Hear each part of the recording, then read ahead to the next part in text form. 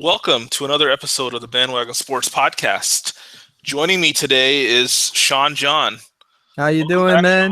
Doing good, man. Doing good. NBA season's about a quarter of way done. We're in full effect. Yes, sir. Yeah. Um, so let's start off with the Warriors, 24-1. They Mm-hmm. won. They got off to the best start in NBA history, 24 Uh-huh. 0, and then they lost to the Milwaukee Bucks on Saturday night. Yeah. And what are your thoughts on the streak? And where do you think they go from here? Uh Honestly, I'm not gonna pretend like I know anything that's gonna happen from this point on, cause like they honestly they could do a lot of things. They could go for 72-10, because I think that's what everybody's probably watching for now, Hmm. right? They're that 72-10 Chicago Bulls record. But at the same time, like did you ever feel like they were performing like they're a great team? Did you feel like they were performing way past their actual capabilities at any point? Or did you just I accept? No, I thought during the streak. I mean, I don't know. It's hard to say. I mean, I thought during the streak they were playing at the most optimal, pristine level they can, and they'd get off to fast starts, and then when they went to that small lineup of Draymond, Iguodala, Barnes, Steph and Clay, I Mhm. mean that lineup is so quick that the NBA hasn't figured it out yet. So I thought, I mean, I didn't think they were playing over their heads. I mean, I thought they were just playing at you know, the best that team's capable of playing. Yeah. But Um, I have a feeling they might have peaked too early. uh, I, that happens in the NBA. You saw that in 2009 with the Boston Celtics. Yeah. They started off the season like 23-1. They won 19 straight and to lost in on Christmas Day. But Yeah. I mean, they've wiped the floor with a lot of these teams. They're the defending champs. This is not a team that had never won it before and just got off to a great start. But I definitely think they can sustain it. Um, peaking too early, it's hard to say. Like, where do they go from here? Like, you asked me that question. I'm throwing it back to you. Where do they go from here? I mean, I think that Yeah. now that the streak's over, I think they need to focus on just getting better as a team, finding what holes they have and sealing them up. I think one thing that they need to do is this team has been very Steph Curry reliant. He's been averaging 32 a game, and Draymond's been playing pretty well. But I think they need to get Klay Thompson going, give their offense another facet, another dimension, But and I think like when I was looking at the power rankings, their offense is like number one or number two. Defense is like number six. So like it, here's the problem with the streak, right? hmm From my perspective, hmm they played like great ball. They had like certain breaks happen, like I mean, they had The breaks Clippers last game. Of course, you need luck. year. You need luck in the NBA. Like that's nothing new. Hmm. But when you're playing at such a high efficiency, like they need to plug the holes in their game. Hmm. If you're like I didn't micro watch them in the sense that like break down every single play these guys had. Hmm. But from what the games I did watch, you're telling me like Clay didn't get off, but he scored enough. And then like there's a lot of games during the streak, especially when it first started, where halfway through the third quarter they're like, "Oh, Steph, I guess we're done with you for the rest of the game." Yeah. You know what I mean? So like as much as there was over reliance, the bench is still able to hold leads. The bench is still able to like extend leads. Let me, So yeah. yeah, Let go me ahead. ask you this. Let me ask you Yeah. this. Have the Warriors been tested thus far in 25 games? Yeah, they lost one, but uh, they didn't play the Spurs. They didn't play the Thunder. I mean, they played the Clippers in a couple close games, but Honestly, there's only one test for them, and that's the Spurs. Like, I don't even think Cleveland's a test for them. Because, like, the way they were playing, like, Cleveland would have got obliterated.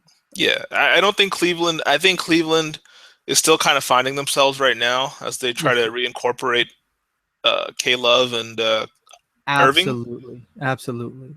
But I think that's the team. That's the measuring stick for them is the Spurs. Like they're doing all this against the Clippers, the Rockets, which well, I guess with the exception of the Rockets, which are contenders in the West, but they're not at a level of San Antonio.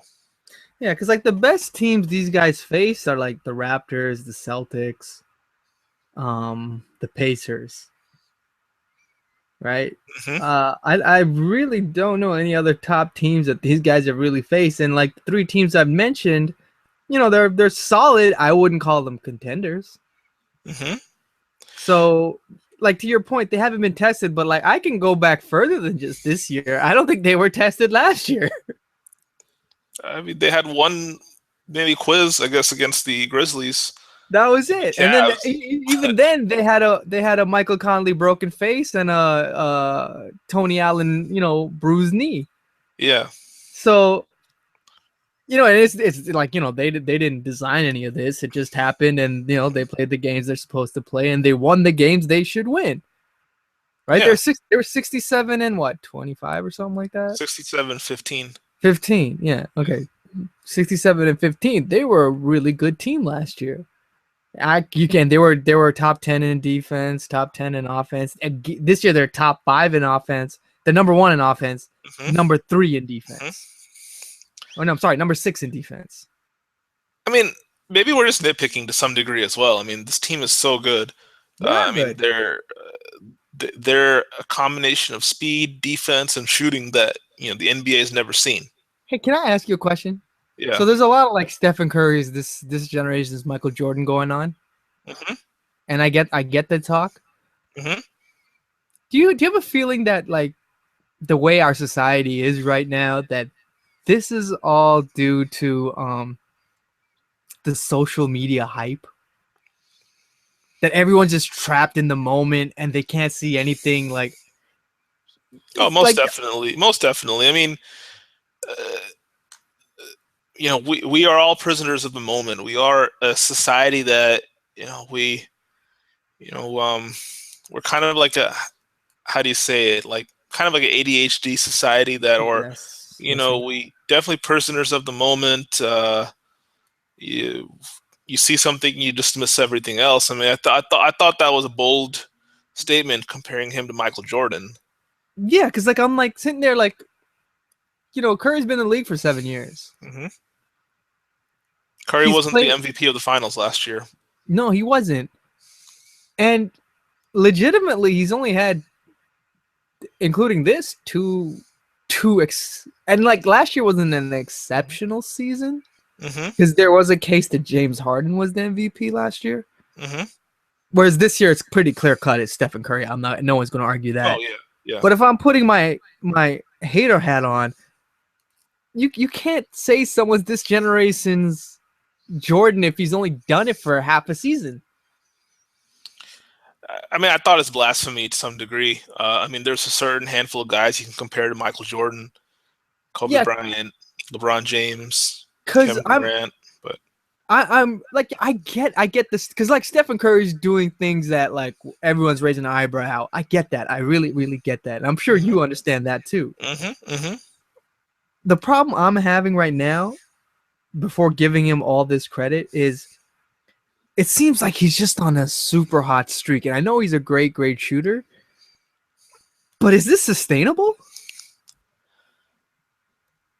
I mean, Stephen Curry is a unique player. I mean, he's the greatest shooter in NBA history. But he's 7 seasons in. Is he really like he's having some of the greatest seasons as a shooter ever? I've never seen anybody shoot the ball as well as he have. I mean, like if he's open, it's automatic. It's a layup. You're right, but if you're gonna give someone greatest shooter, there's a body of work. Can you really give someone greatest shooter based on 3 seasons? Because then if that's Yeah, the but case, then but like the thing, Drazen Petrovic would have a case. but the Played thing, one but season, he was the thing amazing. is, Curry has an MVP and he has a ring. He was the alpha dog on a championship team, Absolutely. and to me, But then, like, I will turn back and say, well, Larry Bird has even more clutch moments. This guy has more rings than this guy, has more MVPs than this guy. What about you gonna just dismiss Larry? I mean, Larry played better defense than this guy. look, I'm 32, but Larry Bird is a little ahead of my time. I didn't watch him as well, Yeah. but just the way that Stephen Curry shoots the ball, shoots the 3-point shot, Yeah. you haven't seen that ever. You've never. Larry Bird didn't have the handle and the combination of the handle and the shooting ability that But then, Steph like, Curry did. I can counter and say that Larry Bird hit more difficult shot in the sense of people on him. Number two, was much better passer than this guy, and is a much better. And no, he was definitely the better passer. You could you could you could split hair. I mean, we it's a push. It's a push. Oh man, Don't tell me Larry Bird's a better defender. He's a better defender. Larry Bird is a better defender than this guy. I mean, I didn't really remember Larry Bird for his defense. I mean, I think neither guy really. But Larry Bird could play defense though. He wasn't like Magic who couldn't play any defense. This guy could play some defense. Remember, the guy guarding Michael Jordan wasn't anybody else but Larry Bird. And then Jordan lit him up for 63 points. Hey. Jordan lit up the league for 35 points over 3 seasons. So, let's just put things in their perspective. I mean, I don't know what to make of Steph Curry. I mean, right now, you're right. He's on a hot streak. And, we've seen guys come in and get on a run, have their, reign of terror. And then the next guy comes up and then we start anointing him and we go crazy for him. It's just amazing. It's surreal. I don't know. Hey, really we're not like the greatest athletes in the world. Yeah. He looks like us. You know what I mean? He looks like if I saw Stephen Curry in a back alley, he's trying to rob me, I wouldn't be too worried. You know what I mean? Yeah. So like he's very relatable in that sense. The things he does, it feels like if we work hard enough, we can do them too. Yeah. You know what I mean? It's not out of our reach. It actually is out of our reach because like the amount of time he probably spent to get there was like insane. Plus genetics. What do you think the genetics gave him? I'm just curious. Did it give him like better vision or some shit? I have no idea. But I mean, it's just. I mean, you can't say it's a coincidence that his dad was an elite shooter. You know why I'm gonna say it's more environmental than genetics? I think his dad is like, hey, this is how I learned to shoot. You should probably do the same thing. Because if there's a basketball gene out there, we need to find it, get the virus, we need to put it in us. I think he has one of them. I mean, come on. I mean, like, sure. I mean, I could sign my kid up for shooting classes and have them work one-on-one, with like. Would you put your kid? Like I'm thinking Stephen Curry from the time he grew up was putting at least 15 hours a day into ball shooting. I don't think that's possible. No, it is 15 hours a day. I think so. Think about it. He's probably got a hoop at his house, indoor hoop at his house. He probably goes to practice facility with his dad's. If he's not in school, he played in school. Because like he was in Toronto when I was in school, right? He's like 2 or 3 years younger than me, I think. Yeah. But when he was in school, he was on the middle school team playing in the high school games and lighting it up. I think he put up 57 in his opening game for the senior team as a middle schooler. You understand? Yeah. And then like there's so many reports around the ACC how this guy was just in there shooting with his dad for like 3-4 hours in the ACC. I mean, maybe it's a little combination of nature and nurture. Yeah, definitely. But I think there's definitely a genetic component to it. I mean, I don't know. I mean, it's like it's not going to be any physical tools. I think it would like if vision. It would have to be something like vision, muscle memory. Yeah, exactly. It would have to be something like vision or just like plasticity in terms of like just reflex. Because I think he has a younger brother, but the younger brother's not on his level. Yeah, I don't think the younger brother put in the time this guy put in. Yeah. Like really, I think it came down to that. Like, Yeah. and you can't really blame the younger brother because like, yo, your dad's already rich. Like honestly, congratulations to him for being on that Sacramento roster. You know, Mhm. he put in his work, and he's actually a good shooter because like a couple of games I'm watching Sacramento, he comes in, he's hitting his shots too. If I was a contender in the West or the Yeah, East, I would sign, or the Cavs. I would have just signed Seth. I would have signed him too because like he is a capable shooter. Like Yeah. I think he's actually putting in the same work as Steph now I would because if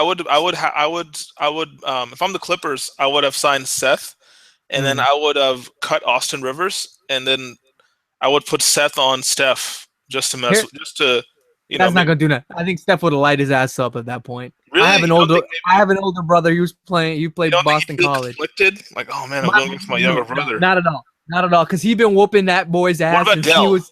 Who would Dell root for? Oh, I don't know. I think he would root for Seth just because he knows Steph will be okay.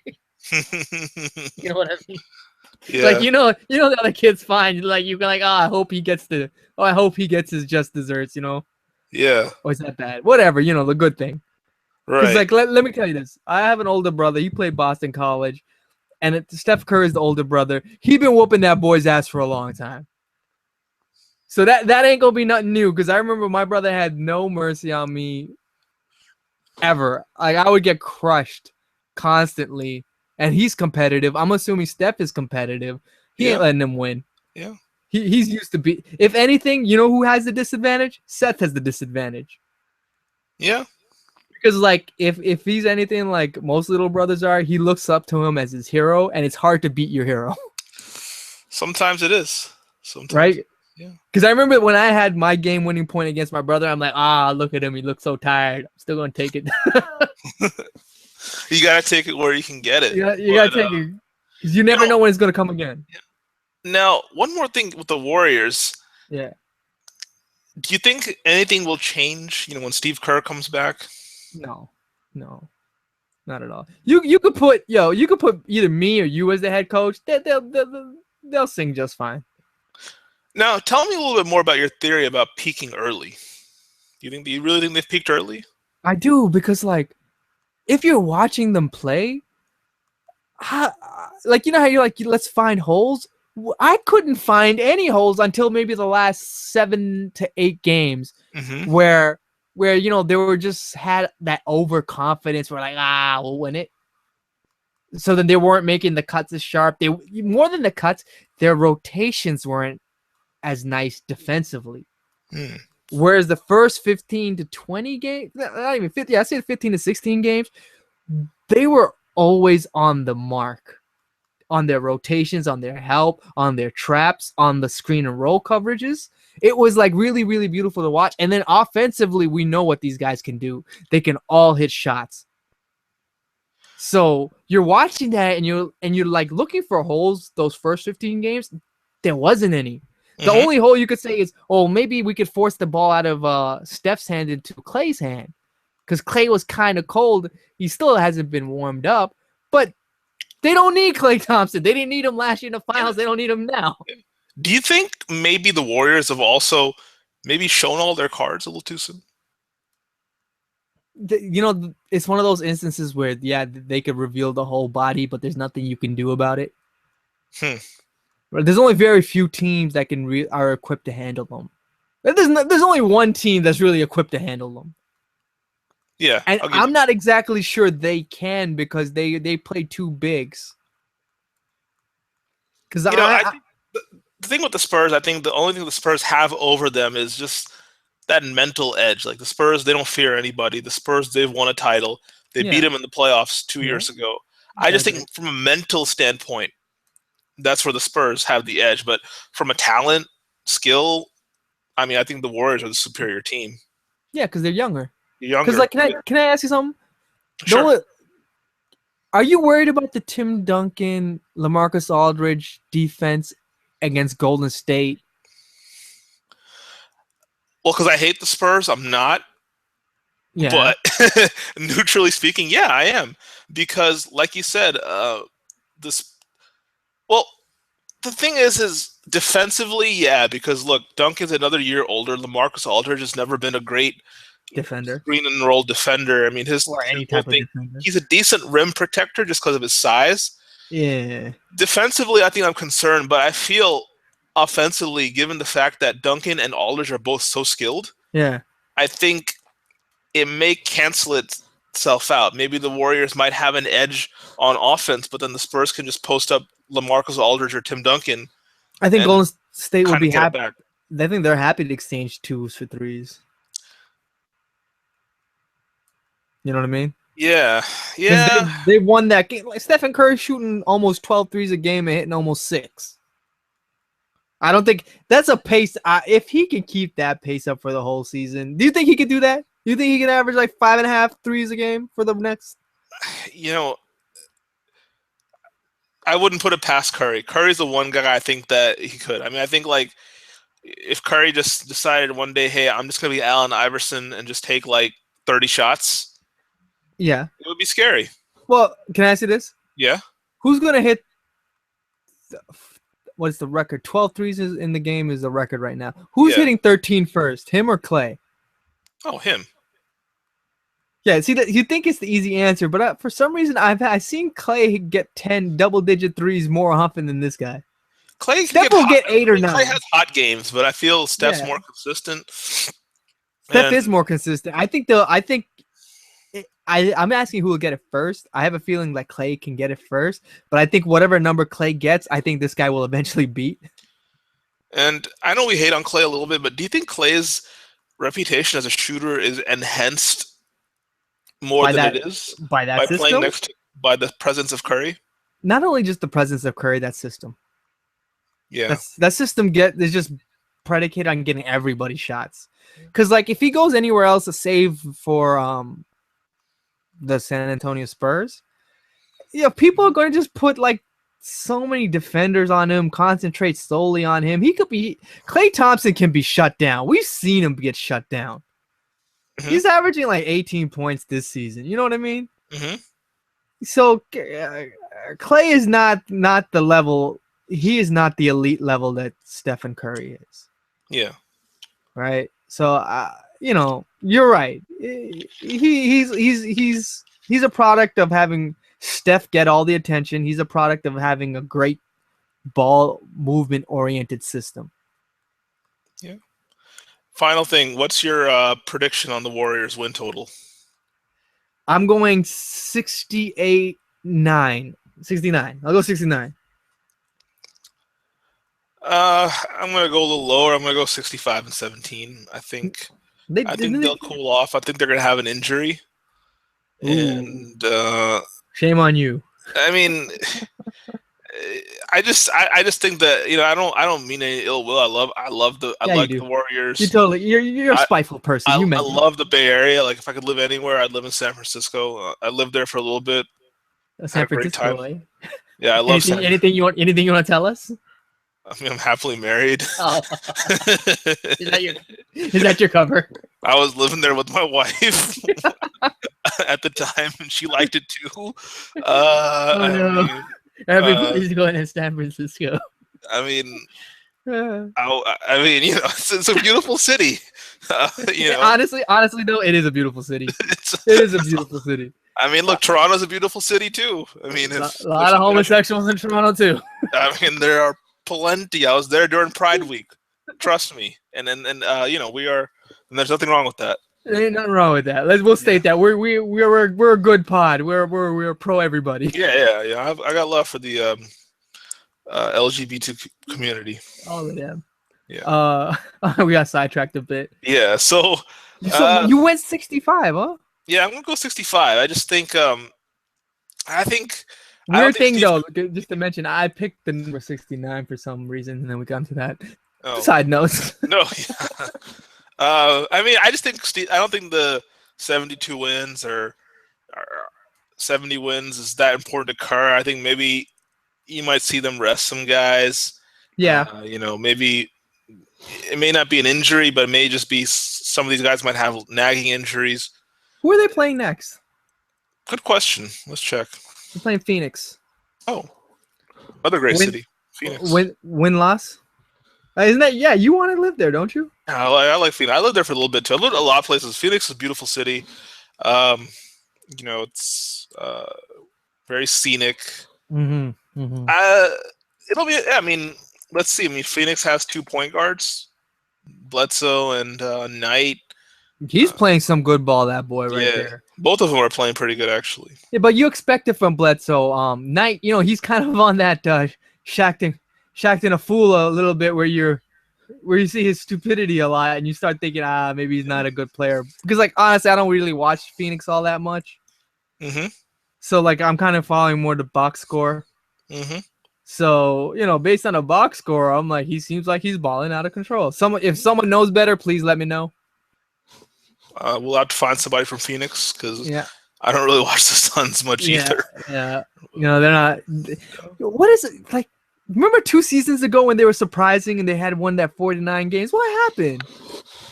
I mean, I think Goran Dragic played the best ball of his career. I think that Eric Bledsoe missed a majority of time that season with a knee injury. But he was playing great at the start of that season when yeah, but then once he went down, then Dragic took off. Took off. Yeah. I just think things kind of came together. They had good chemistry. I think they had the Morris twins. They both played well. Yeah, they were both happy before they started trying to kill people in gymnasiums. I think. Did you read that story? I mean, I'm gonna abstain. I wouldn't mind seeing Markieff on the Rockets, but I mean, I think. What are people doing? What's going on in the NBA where all these people be threatening people? Like, first of all, was it Jahlil Okafor punching people outside of clubs? Basketball is a very intense sport. These players are passionate about their craft. Come on, man. I mean, come on, man. I get emotional at work fighters, sometimes. But basketball players are not fighters. They're baby daddies. They're lovers. Mm-hmm. I mean, look, there can be baby mama drama. Hey, all right. We don't promote any domestic violence, people. No. None at all. None. Because we all saw what happened. What was it? Matt Barnes beating up Derek Fisher over the summer. I mean, I'm sure Fish had it coming to him. Yeah, that was a weird situation. Yeah. But yeah, with the Suns, I think things just kind of came together for them. I think Dragic played really well, and I kind of wonder if maybe Jeff Hornacek peaked as a coach. I think he's a good and bright coach. I just wonder maybe if you look at their roster, do you think they should win the games they win? No, right? So no. I think Jeff Hornacek's proved himself as a coach. Oh yeah, definitely. You know what I mean? Like if you give him even more talent, I think he can do something. I know we didn't plan to talk about OKC, but I'm so disappointed in OKC. I know they're second in the West, but I just don't see anything coming for them. I guess I'm off the bandwagon. I am off the bandwagon. And I love both Russell Westbrook and Kevin Durant, but I don't see any difference between Billy Donovan and Scotty Brooks. I mean, it's kind of the same system, my turn, your turn. Yeah. Pick and roll, Westbrook chucking shots, Durant doing his thing. Defensively, I think they're not as good, but I mean, honestly, like I'm a guy, I believe in star power, especially in the playoffs. And I mean, but you got to make it synergize, baby. I understand that, but I mean, at the same time, you got Westbrook, you got Durant, you have two of the arguably the top 5 players in the NBA. Can they beat the Spurs? Can they beat Golden State? Yeah. Can they beat both of them? Because they're gonna have to. Possibly. They're gonna. I think, look, you have Westbrook in his prime, you have Durant in his prime. That alone is 2 to 3 wins in a playoff series against a team like that. And I think they can. There'll be a time, if it's a close game, one of those guys can transcend to another level. And they can, and I agree. They can do it for once. You know what's crazy? Let's say they get past both those teams. For some reason, I think they fall to Cleveland. I mean, part of it is just, they're going to be mentally, physically fatigued having to go through those teams. Yeah. And, I mean... But, like, I wouldn't feel that way about Golden State, and I wouldn't feel that way about the Spurs. Yeah, but you have to look at Golden State and look at if you look at Golden State and San Antonio, they play team basketball, ball movement. Yeah, That's not, I mean, not as maybe as physically tolling as the sure, style. you're right. That's why you do that. Yeah, the style of Thunder play. The Thunder, they run up and down the court, and their guys, they play one-on-one, they grind, they attack the basket. It's a different brand of ball. Yeah, it's effective, but I mean, we've seen maybe it's not as sustainable if you look at their injuries over the past couple of years. Yeah. But I mean, the Thunder to me, I think it's just more for them. I think this season, just until the playoffs, at least, just kind of figuring it out, trying to get that synergy, or whatever it is. But I mean, it's as good as as good as the Spurs and Warriors have played. I mean, in a playoff series, honestly, it's hard for me to go against those two, Durant and Westbrook. Honestly, I would have been with you on that bandwagon 2 or 3 years ago. I don't believe in these guys. I hope I'm wrong. I hope I'm wrong. I just don't believe in them. I just don't. It's the same thing over and over again. If it hasn't worked, why are you gonna keep doing it? Yeah, but if you look at the past 3 seasons, right? 2013, Westbrook goes down in the playoffs. Sure. 2014, no Ibaka, right? So their defense is, they don't have the rim protection inside. You want to know why I really think it? Why? So I saw them play the Raptors. I saw both of them, their ISO game get shut down. Then if I watched them play another team, I think it was like Boston or someone like that. Their ISO offense got shut down again. They are not that hard to defend in the half court.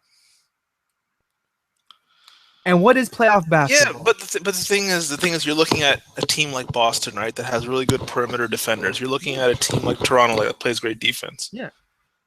I mean, but look, the Spurs are number 1, and the Golden State Warriors are number 5 defensive rating. So these two teams bring hardcore defense. Yeah, but I mean, and here's the worst part about it. Yeah. Is Ibaka doing much? You don't know because you don't hear nothing about him, right? Is anyone else on that team? Like, what happened to Cantor? Cantor was doing great last year. He's not doing much. But I mean, part of that is just also, I mean, he's just usage rate. I mean, he's coming off the bench. Yep. He's averaging, here's the thing. He's averaging 11 points a game. He's getting his numbers. Even what's the kid's name? Waiters is getting like 10. Ibaka's still getting like 12 to 14. However, it's and Durant's averaging 28. Westbrook's averaging 27. Yeah, but like the majority is just those two. Everybody else is just on the peripheral. It's not like when they were playing like 3 or 4 years back, just before I think the year that Kevin Durant was there and I think wasn't playing well. He was hurt. Russell Westbrook was hurt. That year, that team was showing signs of ball movement, which I think is 2 years back. Yeah. They were showing some great signs of ball movement. Everyone was talking about how Kevin Durant's MVP year. This is the year I'm talking about. So they were playing some great ball movement. Kevin Durant was putting up triple-doubles or close to triple-doubles at the time. And the way they were flowing was really nice, right? Now flip it. Kevin Durant gets hurt. Russell Westbrook has the opportunity to do it. They don't make the playoffs. Because the ball stoppage with Russell, and I love Russell Westbrook. I love the way Russell Westbrook plays. I love his demeanor. I don't want to say it. But don't you think that? I mean, maybe it's possible that ball movement, that type of offense, maybe it takes away from Westbrook's game. I mean, it absolutely does, and that's why I'm saying maybe Westbrook is not in this system a championship caliber player. I didn't want to say it. What do you mean in this system? There are certain teams if you put around certain players, if you put around Russell Westbrook, he can win a championship. Like? You're talking about like a Dikembe Mutombo. If you gave him a shooter like Bradley Beal or preferably Klay Thompson. If you give him another power forward who can shoot the ball, But he and already has that. But he already has that with the Thunder. see, Kevin Durant is not the type of spot up shooter like this. These guys are coming off the screens, spot up. Doesn't really need the ball. You know what I mean? Mm-hmm. Kevin Durant, you need him to have the ball if you want it to be like. No, I've seen Durant he can spot up, he can shoot. He can't, but like, how many times do you think Kevin Durant's on constant motion? You know what I mean? Mm-hmm. Like, I think he needs who would be great for Russell Westbrook? Kyle Korver. Well, now you're basically saying that Westbrook will be better on a team like the 2001 76ers, where everything's catered towards him. Yes, that's what I'm saying. That is exactly what I'm Teams like saying. that don't win championships. That's why I also said the Teams like thing I that get didn't to want the to say. finals and they lose Yeah, that's why I didn't want to say it. in But a I weak said it. East. That's why I didn't want to say it, but I said it. I said it. But there are exceptions. Like if Allen Iverson got a Hello? Shaquille O'Neal. Yeah. Sean, I think your mic is off. Oh, geez. Can you hear me? Yeah, no. So that was my speaker. Yeah, go ahead. Okay. Sorry. Yeah, I was gonna say if you put Allen Iverson with a Shaquille O'Neal, Mm-hmm. they could have won a championship. Even if you put him with a young Kevin Garnett, I think they could have won a championship. Mm-hmm. Because there are certain players that you can put with these guys. Yeah. A wing that needs the ball is not one of them. I mean, but I think here's the thing with the Thunder. I mean, I think people just don't give them a fair shake. I mean, you look at the past 3 seasons. Yeah. They haven't had their full team since Yeah. the Harden season, since the Harden trade. They've But never. they didn't win. They didn't even win that season. They got to the finals. They beat the Spurs. And they got crushed by the Miami Heat. I mean, they ran into They had 3 MVP candidates on that team. One actual MVP. Mm-hmm. So I don't know how you. If you can't win with that team, what team can you win with? Yeah, I mean, that team was young too. You got to realize this is their second. That was their second or third time in the playoffs. Ran against a very veteran team. Golden State's third. That was Golden State's third playoff when they won their championship. Yeah, but you're comparing. But yeah, no. But wait. Time out. Okay. Look at that Thunder's team. Look at the 2012 Thunder's road to the finals, and compared that to the Warriors' road. Okay, you're right. I'm not taking anything away from the Warriors winning the title. Yeah, you are. Played, but and I agree with it. So don't tell me, oh well, Okay, look, that's not their fault. I'm not saying it's their fault. Hey, they met LeBron, and they did what they should do to LeBron. I mean, they met LeBron with like half his team injured. Hey, Stephen Curry gave Kyrie Irving a wicked crossover, and Kyrie Irving broke his knee. No, that's a well-deserved injury. No. Klay Thompson's knee. I think Klay Thompson was a little, a little too much up on Kyrie, and then broke his knee. No. My memory is 100,000% correct in this instant, and I recall a wicked crossover, and he essentially killed Kyrie Irving. Was that before or after Kyrie blocked his shot? That was after. This was vengeance for the blocked shot. Okay. All right. Well, I think you are right. It was the knee, but I'm just going with it. It was. I think with the Thunder, I mean, it's time will tell. I mean, I think if you ask anybody, I mean, like the Thunder have the star power, they have the pieces, they have the depth. I think it's just, can Billy Donovan mold it together? I mean, there's no. I mean, arguably, I don't question the talent.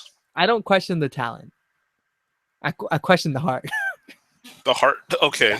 I question the heart. Oh, I think now you're just being a hater. You know what? I have my hater hat on. Actually, on this, I have one more question. Okay. Is the Wild Wild West over?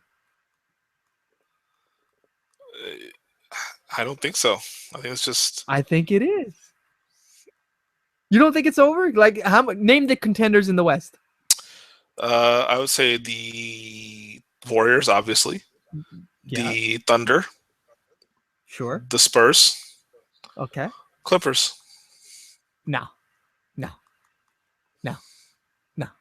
No, no, you're wrong. I don't agree with you. Really? No, come on. What about the Clippers screams contender anymore? Star power, experience. I mean, they just don't have the depth. Blow that mother up. They should treat that like the Death Star, and it's time to blow that up.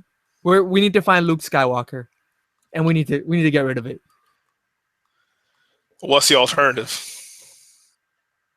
I didn't say there was an alternative. I just don't think they're contenders anymore. I think their ship has sailed. I mean, they are the Clippers. I think. I mean, look, they're close. I mean, like I think like people. I think you have your foundational pieces. You have Blake. You have Chris Paul. I mean, Is it didn't Chris work Paul? out for. Can you ask some? Yeah, Name your top 5 point guards in the league this season.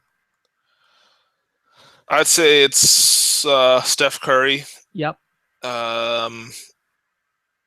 Russell Westbrook, sure. John Wall. Debatable. I mean, it's Chris Paul. Okay. Here's mine. Okay, Steph Curry's clearly the best. Russell Westbrook is probably second. Mm-hmm. Who is your third? John Wall? Sure. Okay, I think Kyle Lowry's playing much better than he is. Mm-hmm. I think Reggie Jackson has played better than he has. Look it up. Look it up. You can't give John Wall any credit with his team struggling the way it is. You really can't. I don't think Reggie Jackson is an elite player. I didn't say he was an elite player, but I'm saying he's having the better season. I think Kentavious Caldwell Pope is the best player, is the better player, is the second best player on the Pistons. Maybe overall, but no, not even. It goes Andre Drummond. I'm just going by what Russell Westbrook and Kevin Durant said. But those guys are haters. This guy's better. They messed up. They played the game. I mean, they compete against him. They messed up. Played with him. So, honestly speaking, though, the people who've had the best seasons thus far as point guards, Stephen Curry, Russell Westbrook, Kyle Lowry. You can make a really good argument for Isaiah Thomas. You can make a really good argument for John Wall. You can make a really good argument for Reggie Jackson. And but the thing is, you're talking about one season. I'm talking about a body of work. I mean, Chris Paul has been one of the best. Well, we're talking about contenders this year. Yeah. So you don't think the Clippers are contenders? No, I don't, because Chris Paul's not having a great season. He's been pretty. I mean, he's averaging 16 points, 9 assists, which is down. And I don't even think it's 9 assists. Let me pull up the stats. Yeah, he's not having a good. He's not even shooting the ball 16 well. points, 16.5. So he's in 32 minutes a game. Yeah, just down from his career average of 36. Yeah, he's averaging 16 points, which is down from last season. 2 steals, which is about his average. 9 assists, which is down from last season. Shooting 45% from the field, 34% from the 3-point line, which is down from last season. He's averaging a career high 3.4 attempts in threes. Yeah, and he's shooting worse. 34% this season, 36% for his career. Yeah, he's down. Because he's also 30. I think this is the beginning of the decline. I think he's going to have a graceful decline, but this is the decline. I mean, he's going to decline. It's just I think they're managing his minutes. They're trying to slow the decline. I mean, you've seen the same thing with the Spurs, right? Yeah. I mean, Tim Duncan's been on the decline for the past decade. Tim Duncan is special. We can't talk about, like, even, you know what? I love Kevin Garnett, and I know Kevin Garnett's got 2 or 3 more seasons on Timmy. Actually, it's not fair to compare Kevin at this point because he's been in here longer. Ignore what I said, but yeah, he's special. That guy is special. I mean, he's special, but he's also been on the decline for the past decade. No, he hasn't been on decline. He's been on a minutes restriction. That boy can play anytime he wants. Yeah, that's just taper his decline. Yeah. Okay, fine. Duncan, you're right. If Tim Duncan was playing 35 minutes a game for the past decade, do you think he'd still be playing right now? I think Tim Duncan would have 7 rings. I don't know. I mean, maybe not. But Can, no, can, my point is this. Can we recognize the great my Tim point. Duncan really quick though? No, we can't. My No, point what? is Oh my God! my point is this. My heart. My point is that Yeah. my point with the Clippers is that like you can't like just abandon ship or blow it up because you're having a bad season, you're having a bad stretch. I mean, there's something about continuity. There's something about building, and you saw with the Spurs. I mean, they got completely dismantled and swept in Okay. 2010, and they added some young talent and then retooled. Hey, you can't compare the Spurs to these guys. You just can't. Okay, you saw this with the Jazz in the late '90s when they lost in the first round of the Rockets. You can't. That's a terrible example. How are you going to put the Jazz? The Jazz, a team that perennially lost. Again, we saw. No. I don't agree with that either. I know where you're coming from. I get it. The Jazz are a great team, and were denied by the great Michael Jordan, and they've probably been a champion if Michael Jordan didn't exist. But he did, so they didn't win. Well, I think we've gone a little off script from what we intended to talk about. But my whole point though, when I asked this question, is I think there's only 3 contenders in the West, and even the third one I'm not a big fan of. So it's Golden State, the Spurs, and the Thunder. Because what is the next move for the Clippers?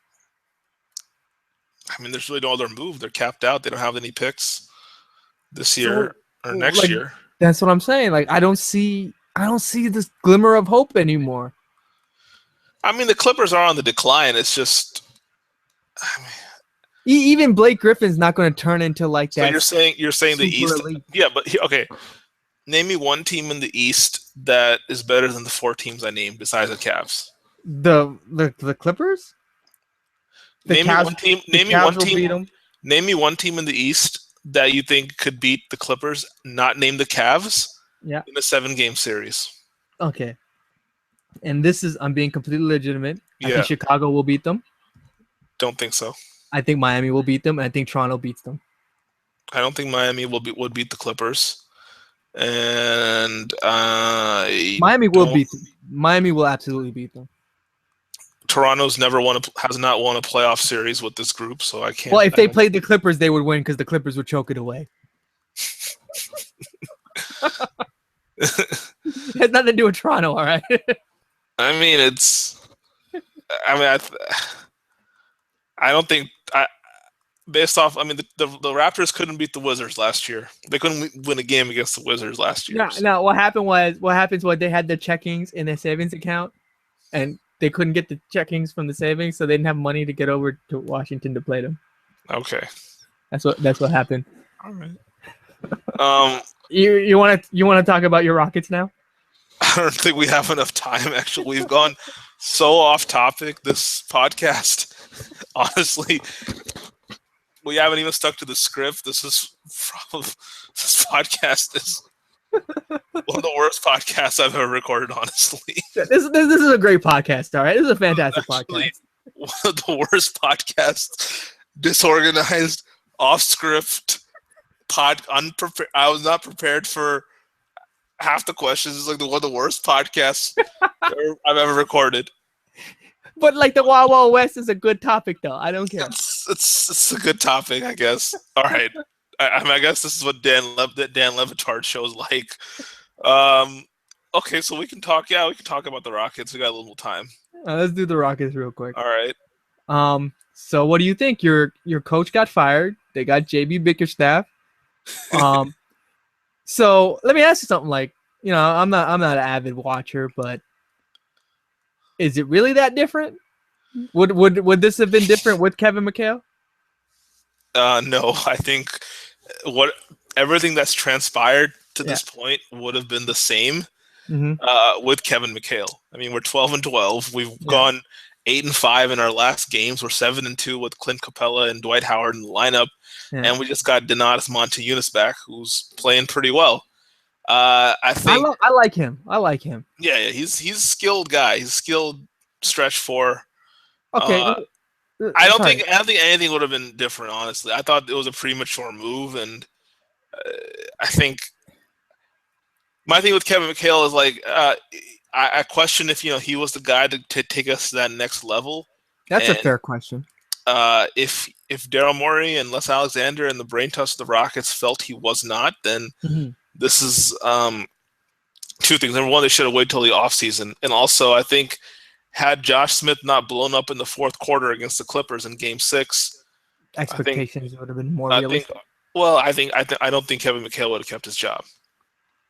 Would have been probably better that way, no? Yeah, definitely. I think he would have. It's a catch-22. I mean, getting to the conference finals definitely. I think it kind of stabilized, kind of where we're going and us as a team. But at the same time, I think we swept some of the faults of this team under the rug to some degree. Can I ask something? Yeah. Clint Capella and Dwight Howard lineup. You a fan?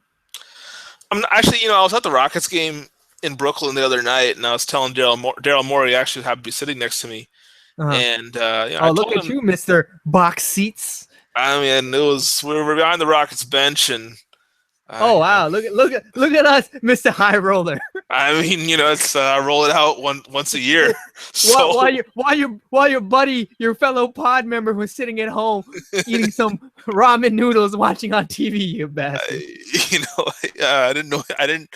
I didn't know you'd be interested in going. Oh yeah. We talk about basketball, but nah, of course. Yeah, I just didn't think you're not a Rockets or Nets fan. So, but with the Capella Dwight lineup, I mean, it's Daryl Morey was saying statistically, it's a good lineup. Yeah. But just I think defensively it's good, but it just does not give us. It doesn't really give us the spacing we need. Who's better right now offensively, Clint Capella or Dwight Howard? I mean, I'd say it's a toss-up. I just gotta go. I gotta go Dwight because his post-up game's better. Is this Capella's second year? Yeah. Oh wow! Doesn't that say something about Mr. Dwight?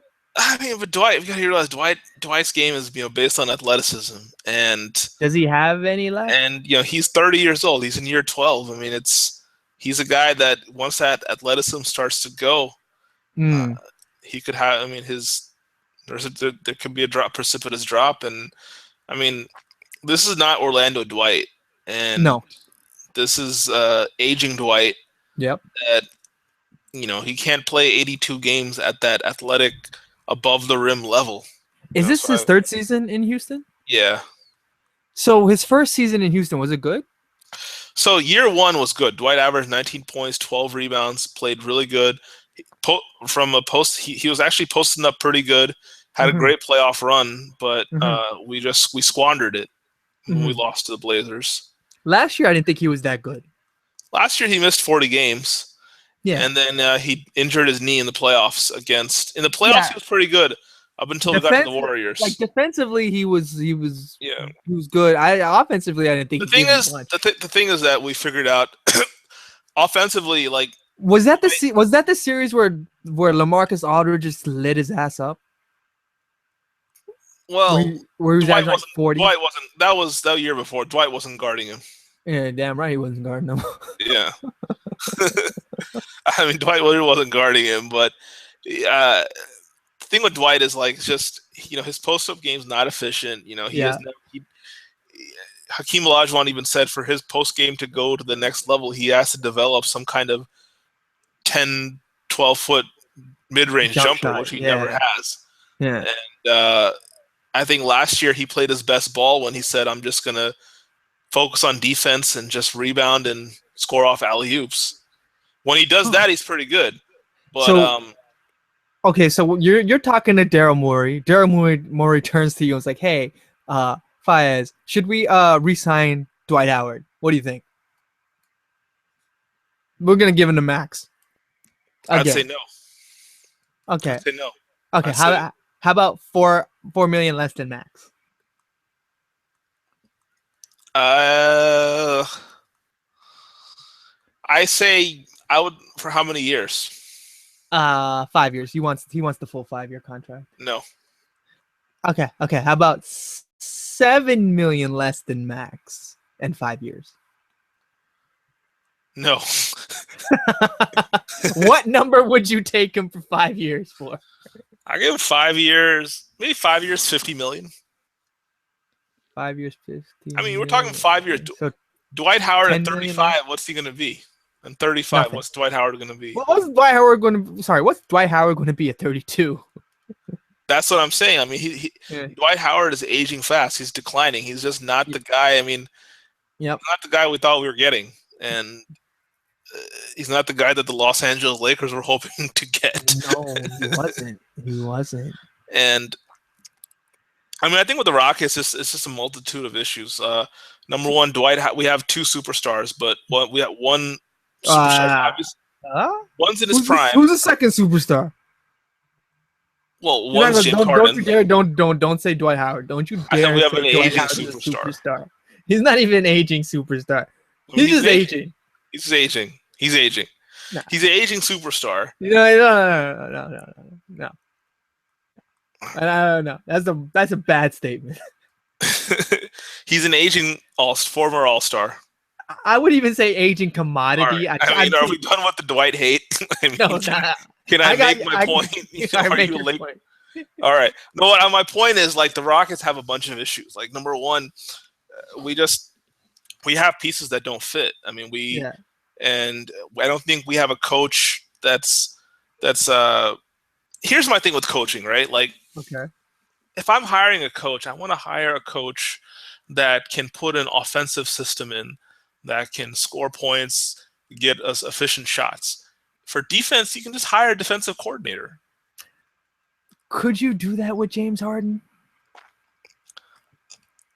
I think you can. I think you go to James Harden to be like, look, you're doing too much offensively, and that takes away from your defense. So we're going to cut your possessions down, and we want you to focus more on defense. What isn't that the whole point of Ty Lawson, though? It is, but we just don't have the coach to. I don't believe. I mean, that's what we thought. We all thought, as Rockets fans, the Rockets Nation, we all thought, hey, we're getting Ty Lawson, and he's going to take the pressure off James Harden.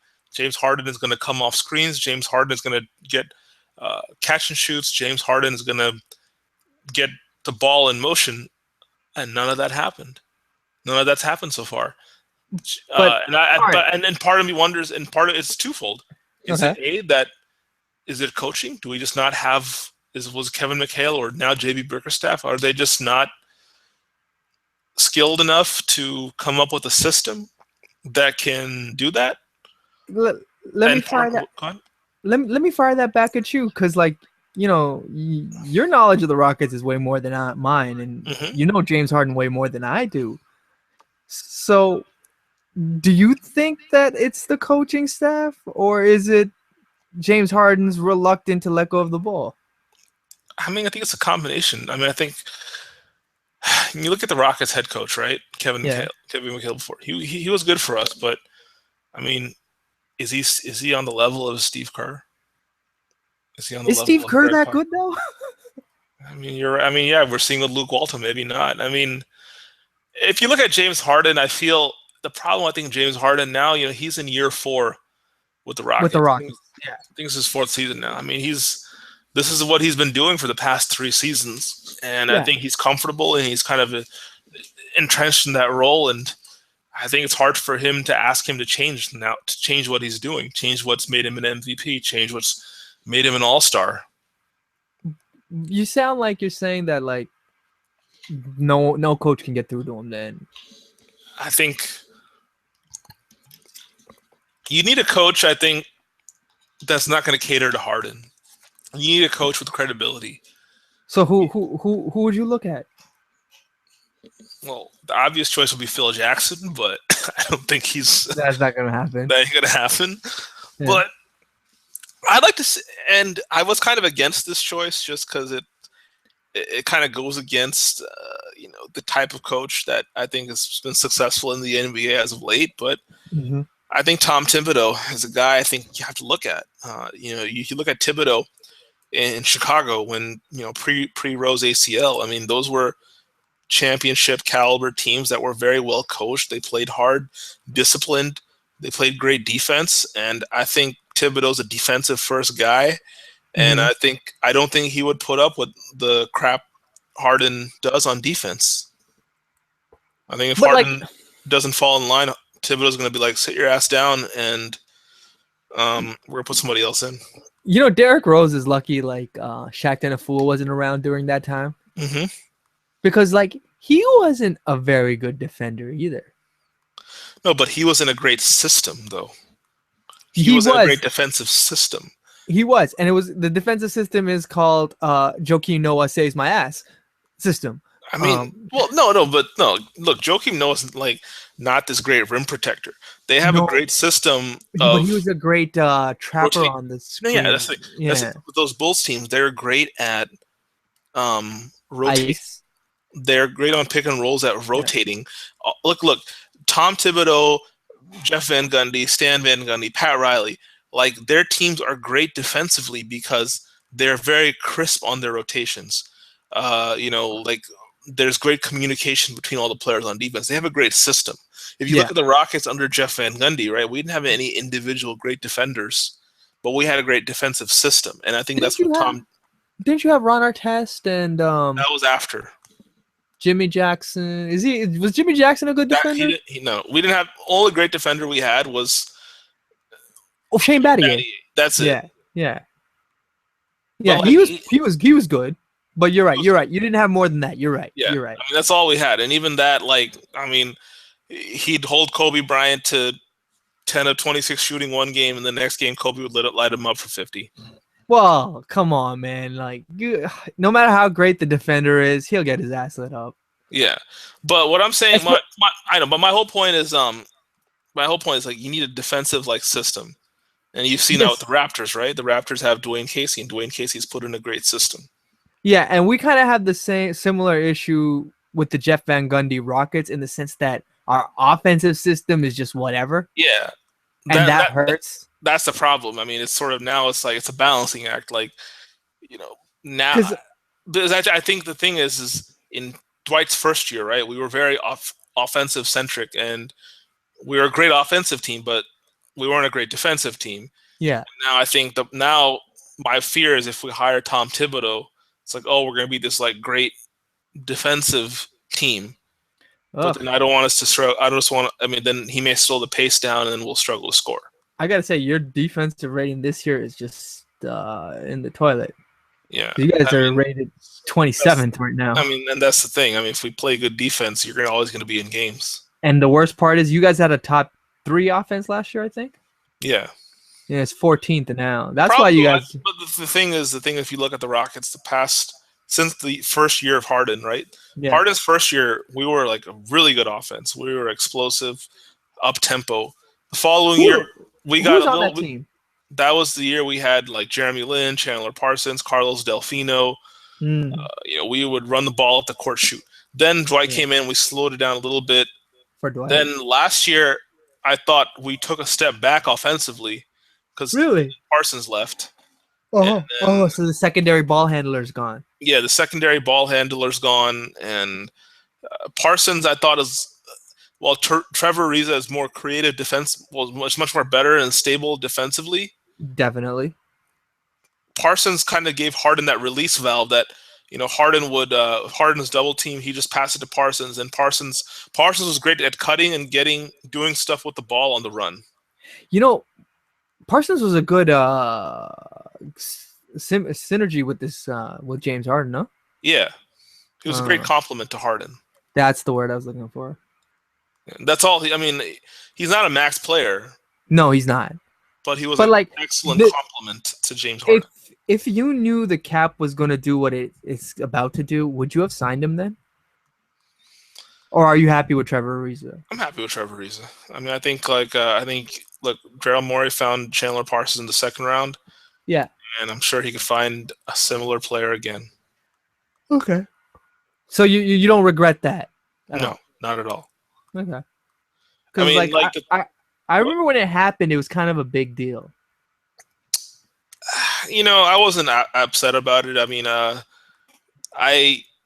I was upset more that Daryl Morey let him out of his contract. Oh, to sign him. To sign, but that was apparently a deal made to get Dwight. But at the same time, you have to think forward. You have to have forward thinking. You can't just re-sign a guy to a max deal and be like, we'll worry about the future when the future comes. I mean, this is Daryl Morey thinking 2-3 steps ahead. Hey, if I match that contract to Parsons, then I can't get Corey Brewer. I can't get who else? Josh Smith. Yeah. You can't really upgrade the roster. Then basically you're locked in that, hey, I have to bet that Harden, Howard, and Parsons can win me a title. And it wouldn't have. Okay. Because I was with you on that one when I saw, because I prefer Trevor Ariza over Chandler Parsons, and I was actually happy because he was on the Wizards at the time, and I'm like, I really didn't want to deal with Trevor Ariza on the Wizards. Well, it didn't make a difference. It turned out not to. But then, honestly, though, Kyle Lowry had a horrible playoff. And honestly, if you want to know what the barometer of the Raptors is, look how Kyle Lowry played. If he played bad, we're not winning. Why don't they go with the Raptors? Where do you go from here? I mean, they're kind of like the Clippers in the they are in the East, right? What's their ceiling? Second round? I mean, what do you guys do? Honestly, even the second round depends on where they're seeded. Because if they get the second, third spot, second round is higher possibility. If they get fourth, fifth, sixth, it might be another first round exit. Yeah. However, if you're just looking at their offensive rating, defensive rating, they're sixth in offense and ninth in defense. Yeah. So they got all these positive stats, and they're still ISO heavy, a la Thunder. But here's the thing, though, kind of ISO heavy, right?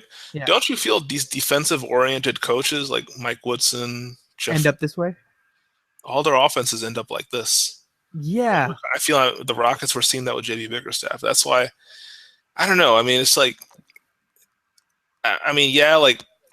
Steve Kerr came into the optimal situation, great situation, team that was on the rise and, ready to take the next step. But, I mean, look at their offense, ball motion, movement, cutters. I mean, I just, it's beautiful to watch. It's beautiful to watch. And, I think a lot of teams could be capable of that with the right system in place. You know what? It takes a lot of trust to do that. Because, here's a problem. If you ever watch, I'll use the Raptors example because the team I watch the most. When you have a Bismack Biyombo on the floor, you're playing 4-on-5 offensively a lot of the time because teams don't respect him, so they're not going to guard him. So when the rotations come around and the guy left to pass to his Bismack, you could see hesitation in these players to pass it to him. Right now, they've been just saying, screw it, we're going to throw it to him, and if he scores because he has to make the defense pay. And you could see we just came off a 4-game winning streak. We lost tonight to Indiana. But before that, they were giving him the ball, and he was rewarding them with some success. In order to trust your teammates, especially if they show any lack of confidence, you could see people hesitating to pass the ball, and that's what separates Golden State from essentially everybody else. Yeah, but I think it's on the coaching staff to develop that trust. I mean, you have to have trust on defense as well. You have to trust your guys on defense. All these defensive rotations, everything is built on trust. Yeah, but sometimes if one guy doesn't trust another, then they shouldn't be playing. It's easier said than done. But what happens if one of the guys who doesn't like it is, Stephen Curry? You're not going to bench Steph. Well, you're not going to bench any of the major players on any of these teams, right? But that's coaching, though. I mean, that's what when you're paying a coach $5 million, But there's only a few coaches in the NBA that have real power. You know what I mean? Yeah. It's not college where those guys determine everything. Other than Greg Popovich, Pat Riley. Yeah. Who has that authority? Mike Budenholzer. Probably, but I think his guys are bought in. But I think that it's just I'm not even sure Budenholzer has that. The Hawks are another example of that too. I mean, look at Budenholzer. He came in, put in the Spurs system, and look at them now. They're rolling. I mean, imagine that. I don't know if they're rolling. I think they overachieved last year, and fine. They were rolling last year. They're a respectable team. Yeah, they're a good team. They weren't supposed to be that team. They weren't supposed to win 60 games. That's for I mean, sure. there's a sneak up factor too. Well, you know what they were like the Golden State Warriors. They just ended up they peaked too early last year. Yeah, I think they won 19 straight or something, right? Yeah, they had a high win total, and you win 19 games, you're probably going to be the best team in the conference. Yeah, You know what I mean? yeah. And then they came off of that high, and the shooters were shooting excellently. Like Jeff Teague was shooting excellently. Paul Millsap shot great. Kyle Korver, Here's the who difference between the Hawks and the Warriors, right? there's a In lot of them. crunch time, the Hawks are going to Kyle Korver off of like a screen or a pick. Yeah, The Warriors in crunch time are going Steph Curry with the ball. Steph Curry. Yeah. They- And sometimes even Draymond, they'll give Draymond or Iggy the ball yeah, to get it to Steph. See, this is why people will say he's the Jordan of this era, because like literally with or without the ball, he's dangerous. yeah. I mean, maybe this is blasphemy, but I don't think Michael Jordan without the ball was nearly as dangerous as You know what? Because they played the triangle, and Scotty was always that point forward, and Yeah. they'd always get him into that post. Mhm. It was okay because the fact he went to the post, even if he didn't touch the ball, they had to pay enough attention to him to get everybody else open. Yeah. So honestly, it's kind of what you said earlier about sometimes it's on the coaching staff to design it. And that's a point where Phil Jackson's like, hey, Mike, just trust that your guys can score if you don't touch it. Yeah. Because he's not going to not touch it for a long period, but the periods he doesn't, they still get results. Yeah. And that's kind of the interesting with the Warriors. I mean, they run a little bit of the triangle. They run a little bit of the What's called Pops? Pops system, or maybe I don't think it's Pops system. I think it's more like Brett Brown or Budenholzer system. Somebody's wonderful system. Yeah, and a little bit of D'Antoni's. It's like a hybrid, a little bit of everything. I feel. I mean, when I watch them play on offense, it's like they run the triangle. You think D'Antoni takes credit for the Golden State Warriors' success? Mm, I'm not saying does he deserve it. I'm asking, do you think he thinks? no, I mean, I think Because I have a feeling in his mind, he's probably thinking, oh, yeah, I started all this small ball offense stuff. I mean, he started the trend, but I don't think the thing with Steve Kerr. I mean, he was there in Phoenix when all this stuff was going on, and I think Steve Kerr took D'Antoni's system, a little bit of D'Antoni's system, and added some defense to it. Definitely. Can I ask you one other thing then on this? Yeah. The early 2000s Suns and this Golden State team. Mm-hmm. Who has more talent? I say the 2005 Suns. Right? Yeah. Because like Sean Marion is like a better version of Draymond Green, no? I mean, look, if you look at the 2005 Suns, like Sean Marion he's definitely a better version of Draymond. Okay. They had Joe Johnson. Yeah. Who was better than Harrison Barnes or Is it Klay Thompson? Klay Thompson Would be the direct. Yeah. They had Amari in his prime. Yeah. They had Amari at center. They had They had what's that guy? Sean Marion at power forward. Yeah. They had, I think, Joe Johnson's kind of like their small forward.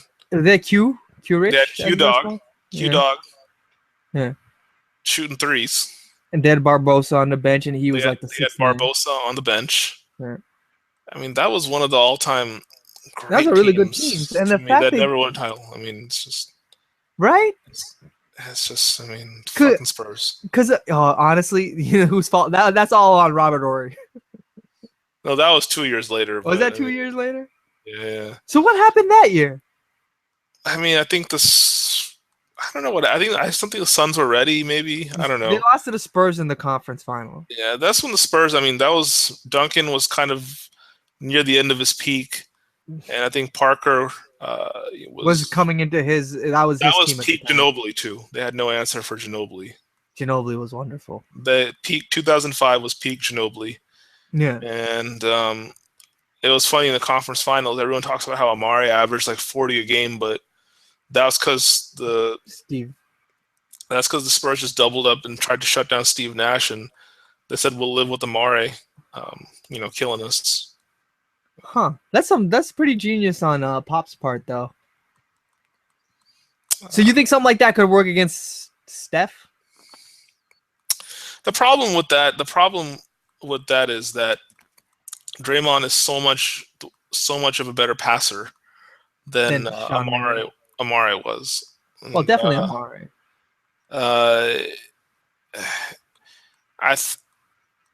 I think the way you guard Steph, and it's hard to do this for 48 minutes, is the way that the Miami Heat played the San Antonio Spurs in the NBA Finals, where they would double, or I guess the term is hedge, hard on Tony Parker off the pick and roll, and force the ball out of his hand.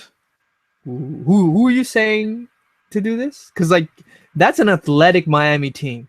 Yeah, I mean that's the thing. But that's the thing is not every team has the personnel to do that. I don't know if any team currently has. Maybe the Thunder can maybe do it.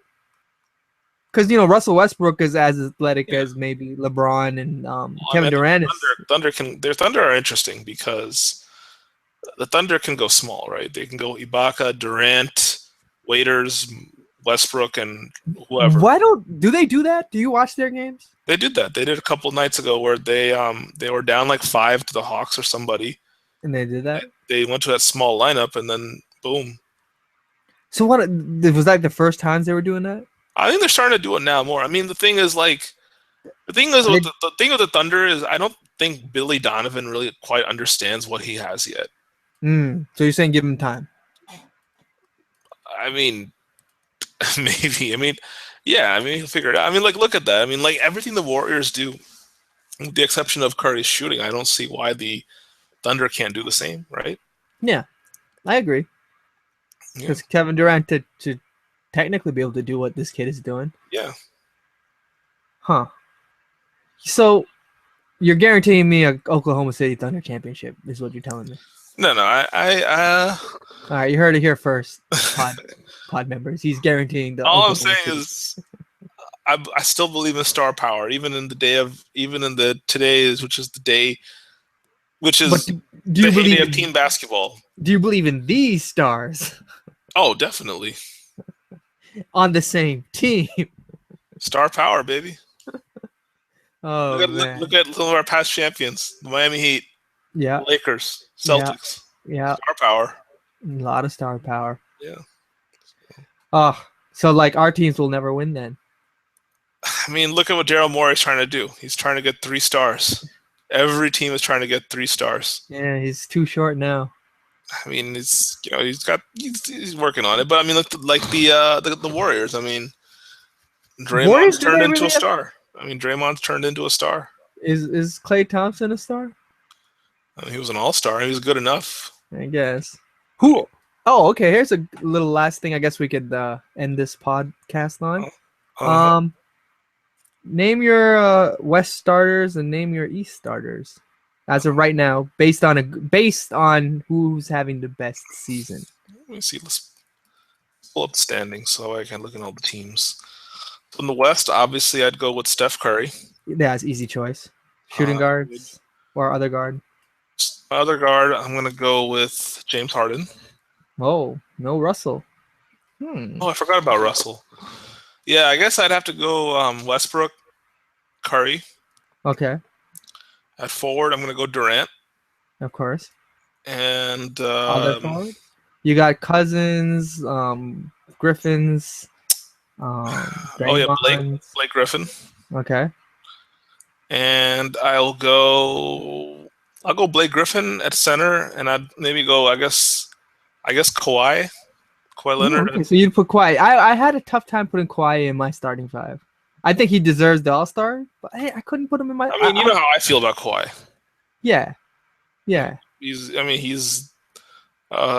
good player, but I think he's a product of the system. Of their system. I think he's a great defensive player, but I think he was put into the best possible situation he could be in, and he's thrived. So just to note, you've excluded both Anthony Davis and DeMarcus Cousins off of your forwards list.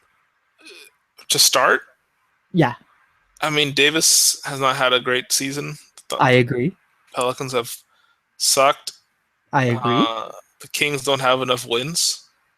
I You're mean, right, but he's had a good season, man. He's had a great season. like, are we going individual or are we going team? Because sometimes I feel players get in undeservedly on Let team me say success. this. Let me say this.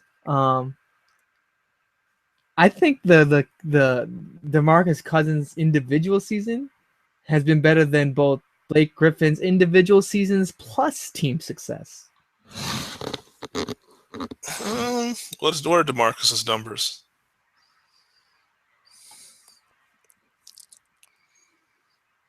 Let's see here. 25, 10, and a block. And look at the threes. Shooting 30% shooting 42% from the field. Yeah. Yeah. I mean, it's tough. I mean, like I mean, there's a lot of good players in the West. I mean, it's. I don't think your picks are bad, mind you. I don't like. I think they're like. Look, I love Harden, but I'm being objective. I mean, like, I can't. Yeah. Westbrook's had a better season. Because this dude is having 25. I'm surprised he's only getting 10.6 rebounds. The thing that bothers me is the 42% shooting. Well, he's taking 4 threes a game. Yeah. That's what's really killing him. He averages 8 of 19 shooting. Yeah. And he's going 1.3. So he's 7 for 15 maybe on 2-point shots.